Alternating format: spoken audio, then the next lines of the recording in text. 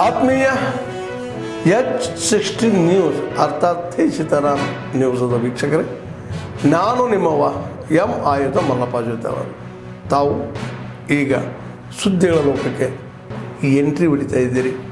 ಈ ಸುದ್ದಿಗಳನ್ನು ಪ್ರತಿಯೊಂದು ನೋಡೋ ಜೊತೆಗೆ ನಿಮ್ಮ ಅಭಿಪ್ರಾಯಗಳನ್ನು ಹಂಚ್ತಾ ಇರಿ. ಯಾಕಂದರೆ ಈ ಸುದ್ದಿಗಳು ನಿಮಗಾಗಿ, ನಿಮ್ಮ ಬದುಕಿಗಾಗಿ, ನಿಮ್ಮ ವೈಚಾರಿಕೆಗಾಗಿ, ನಿಮ್ಮ ತಿಳುವಳಿಕೆಗಾಗಿಯೂ ನಿಮಗೂ ಗೊತ್ತು.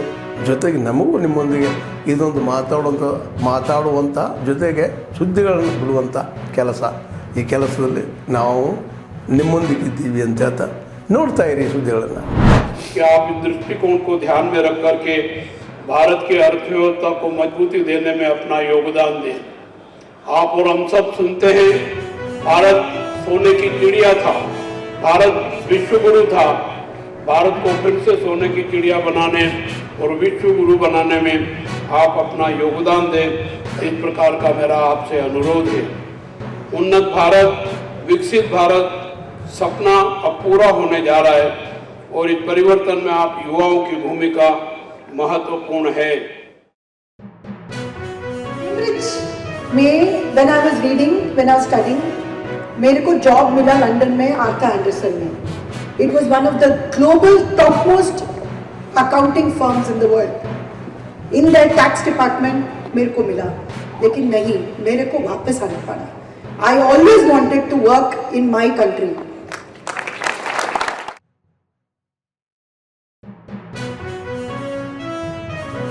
So if Swamiji himself has put forth in his efforts in education, what to talk about all of you, how much more inspirational your stories ought to be, and I wait to hear from all of you in all the achievements that you are going to do in future. ವಾರ್ಷಿಕೋತ್ಸವ ಮತ್ತು ಸತತವಾಗಿ 2008ರಿಂದ ಇದುವರೆಗೂ 2024-25ವರೆಗೂ 15,000 scholarship ಮತ್ತು 13 ಕೋಟಿ ವಿತರಣೆ ಮಾಡಿದ್ದೀವಿ. 300 ದಾನಿಗಳ ಕೈಯಿಂದನೇ ಇದೊಂದು ಯೂನಿಕ್ ಪ್ರೋಗ್ರಾಮ್. ಅಂದರೆ ದಾನಿಗಳು ಏನು ಕೊಡ್ತಾರೋ ದಾನ, ಆ ಡೊನೇಷನ್ನ ಅವ್ರ ಮುಖಾಂತರನೇ ಚೆಕ್ಸ್ ವಿತರಣೆ ಮಾಡಿ 880 ಸ್ಟೂಡೆಂಟ್ಸ್ ಇವತ್ತು ಈ ಸಭಾಂಗ ನೀಡಿದ್ದಾರೆ. ಮತ್ತು ಇದೊಂದು ವಿಶೇಷ ಅಂದರೆ special children, that visually impaired children ಅವ್ರಿಗೂ ಪ್ರೋತ್ಸಾಹ ಕೊಡ್ತಾ ಇದ್ದೀವಿ.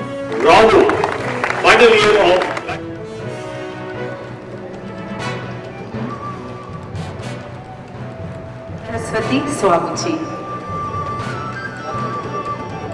बहुत बहुत धन्यवाद. ಚಟುವಟಿಕೆಗಳು ಎಷ್ಟು ಲಕ್ಷಾಂತರ ಕೋಟಿ ವ್ಯವಹಾರ ಇದೆ. ಇದರ ಸಿಂಹಪಾಲು ಇವತ್ತು ಚೈನಾದವರು ಇವತ್ತು ಪಡಿತಾ ಇದ್ದಾರೆ. ಇವತ್ತು ಅದಕ್ಕೆ ಪರ್ಯಾಯವಾಗಿ ಕರ್ನಾಟಕದಲ್ಲಿ ನಮ್ಮ ದೇಶದಲ್ಲಿ ತರಬೇಕು ಅಂತಕ್ಕಂಥದ್ದು ನಾನು ಉದ್ದೇಶ ಇಟ್ಕೊಂಡು ಮಾಡಿದ್ದೆ. ಇವತ್ತು ಅದು ಇನ್ನೂ ದೊಡ್ಡ ಮಟ್ಟದಲ್ಲಿ ಬೆಳಿಬೇಕು. ಪರಮಪೂಜ್ಯ ಸ್ವಾಮೀಜಿಯವರು ಹೇಳಿದ್ದಾರೆ, ಸತ್ಯ ಇದೆ. ಇವತ್ತು ಯುವಕರಿಗೆ ಉದ್ಯೋಗದ ಕೊರತೆ ಇದೆ, ನಿರುದ್ಯೋಗದ ಸಮಸ್ಯೆ ಎದುರಿಸ್ತಾ ಇದ್ದೇವೆ. ಇವತ್ತು ಆ ಟಾಯ್ ಇಂಡಸ್ಟ್ರಿ ಬಗ್ಗೆ ಭಾಳ ದೊಡ್ಡ ಮಟ್ಟದ ಚರ್ಚೆಗಳು ನಡೀತಾ ಇದೆ. ಇವತ್ತು ವಿಶ್ವದಲ್ಲೇ ದೊಡ್ಡ ಮಟ್ಟದ ಡಿಮ್ಯಾಂಡ್ಸ್ ಇದೆ. ಆ ಕಾರ್ಖಾನೆಗಳ ಬಗ್ಗೆ ಚರ್ಚೆ ಮಾಡಿ ನಾನು ಏನು ಮಾಡಬೇಕು ಅಂತ ಹೊರಟಿದ್ದೆ ಅನ್ನೋದನ್ನು ಹೇಳ್ತಾ ಇದ್ದೀನಿ. ಒಂದು ನಿಮಿಷ, ಈಗ ದೇಶದಲ್ಲಿ ಸ್ಟೀಲ್ ಪ್ರೊಡಕ್ಷನ್ ಮಾಡ್ತಕ್ಕಂಥ ಹಲವಾರು ಕಾರ್ಖಾನೆಗಳಿದ್ದಾವೆ. ಇವತ್ತು ನಮ್ಮ ಸ್ಟೀಲ್ ಅಥಾರಿಟಿ ಆಫ್ ಇಂಡಿಯಾದಿಂದ ದೇಶದ 5 ದೊಡ್ಡ ಮಟ್ಟದ ಕಾರ್ಖಾನೆಗಳು ನಡೀತವೆ. ಆದರೆ ಅಲ್ಲಿ ನಾನೇನು ಈಗಾಗಲೇ ವಿಸಿಟ್ ಮಾಡಿದ್ದೀನಿ. ಉದಾಹರಣೆಗೆ ಬಿಲಾಯ್ ಸ್ಟೀಲ್ ಪ್ಲ್ಯಾಂಟ್ ಇರ್ಬೋದು, ಅಲ್ಲಿಂದ ನಿಮ್ಮ ರೂರ್ಕೆಲಾ ಇರ್ಬೋದು, ಜಿಂದಾಲ್ಗೆ ನಾನು ಹೋಗಿಲ್ಲ. ನಮ್ಮ ಕಾರ್ಖಾನೆಗಳು ನಾನು ಇಡ್ತೇವೆ, ಸರ್ಕಾರದಿಂದ ನಾವೇ ನಡೆಸ್ತಾ ಇದ್ದೇವೆ. ಅದೇ ರೀತಿಯಲ್ಲಿ ನಮ್ಮ ಬೊಕಾರೋ ಸ್ಟೀಲ್ ಪ್ಲ್ಯಾಂಟ್ ಇರ್ಬೋದು, ಅಲ್ಲೆಲ್ಲ 30,000-35,000 ಎಕರೆ ಪ್ರದೇಶದಲ್ಲಿ ಪ್ಲ್ಯಾಂಟ್ಗಳನ್ನು ಹಾಕಿದ್ದಾರೆ. ಪರಿಸರಕ್ಕೆ ಆಗ್ತಕ್ಕಂಥ ಹಾನಿಯನ್ನು ಇವತ್ತು ತಡೆಯತಕ್ಕಂಥ ನಿಟ್ಟಿನಲ್ಲಿ ಅರಣ್ಯೀಕರಣ ಇರ್ಬೋದು ಮತ್ತು ಟೌನ್ಶಿಪ್ಗಳ ನಿರ್ಮಾಣ ಆಗಿದೆ. ಇವತ್ತು ಒಂದು ಉತ್ತಮವಾದಂಥ ರೀತಿಯಲ್ಲಿ ವಾತಾವರಣ ಇದೆ.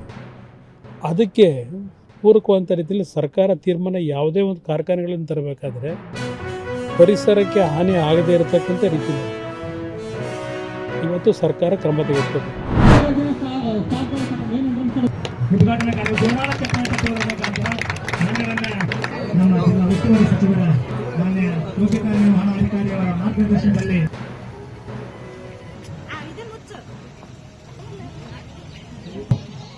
ಹೇಳಿದ ತಕ್ಷಣ ಎದ್ದು ನಿಲ್ಲಿದೆ ಅಂತ ಎಲ್ಲ ತಾಯಂದ್ರಲ್ಲಿ ಒಂದು ವಿಜ್ಞಾಪನೆ.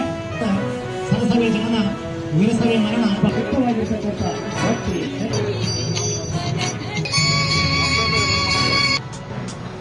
ತಾವೆಲ್ಲ ನೋಡ್ಲಿಕ್ಕೆ ಅವಕಾಶ ಇದೆ. ಮಾರ್ಕೆಟಿಗೆ ಬಿಟ್ಟಿದ್ದಾರೆ.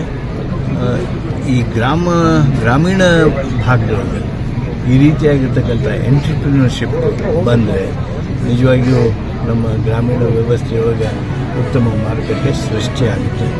ಈ ಸರಸಮ್ಮೇಳನ ಸಹಿತ ಭಾಳ ಸುಂದರವಾಗಿ ಏರ್ಪಾಟ್ ಮಾಡಲಾಗಿದೆ. ಇದರ ಸದುಪಯೋಗವನ್ನು ಸಾರ್ವಜನಿಕರು, ನಮ್ಮ ಗದಗ ಜಿಲ್ಲೆಯ ಜನ ಉಪಯೋಗಿಸಿಕೊಳ್ಬೇಕು.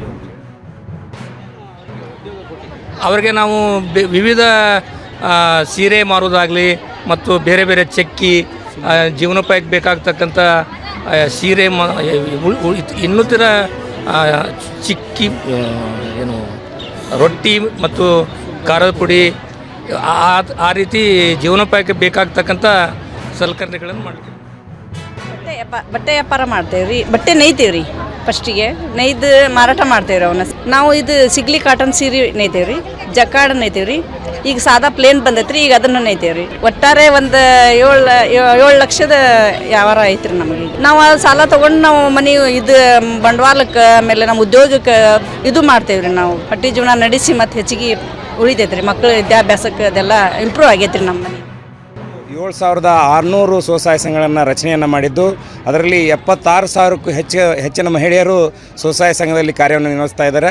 ಅವರು ಉಳಿತಾಯವನ್ನು ಮಾಡ್ತಾ ಇದ್ದಾರೆ. ಉಳಿತಾಯವನ್ನು ಮಾಡೋದ್ರ ಜೊತೆಗೆ ಅವ್ರು ಬ್ಯಾಂಕ್ ಅಕೌಂಟನ್ನು ಓಪನ್ ಮಾಡಿಕೊಂಡು ಒಂದು ಒಕ್ಕೂಟ ರಚನೆಯನ್ನು ಮಾಡಿದ್ದೀವಿ NRL ವತಿಯಿಂದ. ಆ ಒಕ್ಕೂಟದ ಅಡಿಯಲ್ಲಿ ಪ್ರತಿ ಒಕ್ಕೂಟ ಕೂಡ ಕಡಿಮೆ ಅಂತಂದ್ರೆ 20 ರಿಂದ 30 ಸ್ವಸಹಾಯ ಸಂಘಗಳು, ಒಟ್ಟು ಗದಗ ಜಿಲ್ಲೆಯಲ್ಲಿ 7,600 ಸ್ವಸಹಾಯ ಸಂಘಗಳನ್ನು ರಚನೆಯನ್ನು ಮಾಡಿದ್ದೀವಿ.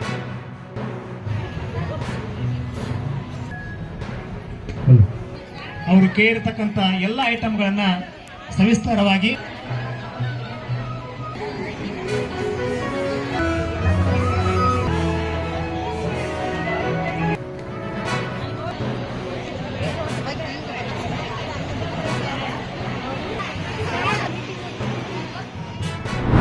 ಉದ್ಯೋಗಪತಿಗಳೇನು ಬಂದಿದ್ದಾರೆ, ಆ ಉದ್ಯೋಗಪತಿಗಳನ್ನು ಯಾರಾದ್ರೂ ಪಟ್ಟಿ ನೋಡಿದೆ, ಆ ಪಟ್ಟಿ ನೋಡಿದಾಗ ನನಗೆ ಇಷ್ಟು ಖುಷಿ ಆಯ್ತು.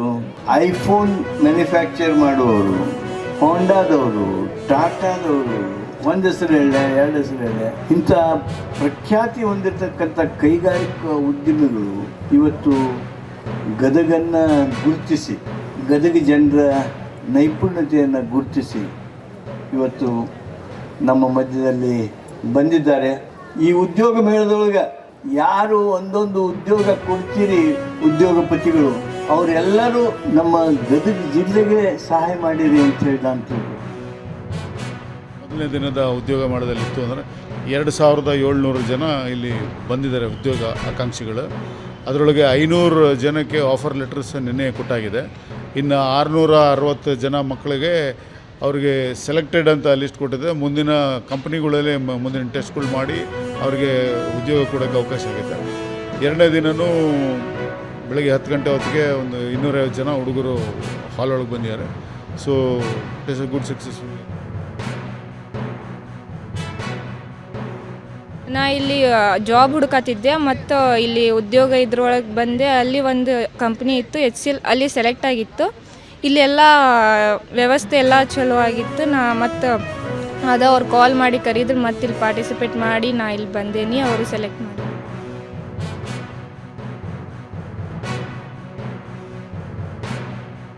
ನಾವು ಎಲ್ಲ ಅದು ಕೆಲಸ ಹುಡುಕ್ತಾ ಇದ್ವಿ.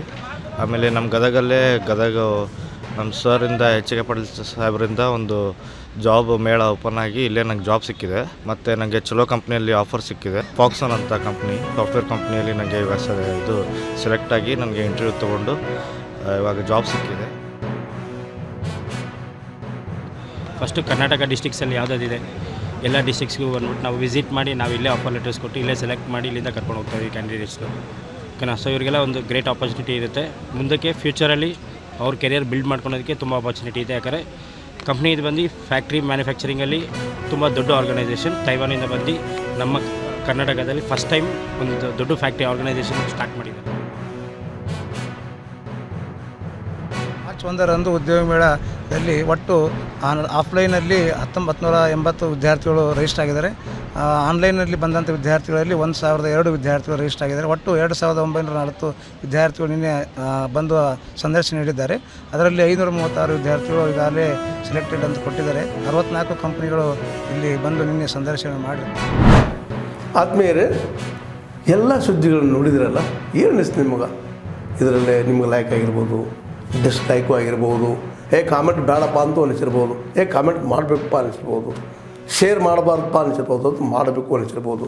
ಏನಾದರೂ ಆಗಲಿ ಶೇರ್ ಮಾಡ್ತಾಯಿರಿ, ಈ ನ್ಯೂಸ್ಗಳನ್ನ ಹಂಚ್ತಾ ಇರಿ, ಜೊತೆಗೆ ಇದಕ್ಕೆ ಸಬ್ಸ್ಕ್ರೈಬ್ ಆಗ್ತಾಯಿರಿ ಅಂತ ಹೇಳ್ತಾ H16 ನ್ಯೂಸ್ ಅರ್ಥಾತ್ ಹೇ ಸೀತಾರಾಮ್, ಇದು ಸತ್ಯದ ಕೈಗೆ ನಡಿ. ವಂದನೆಗಳು.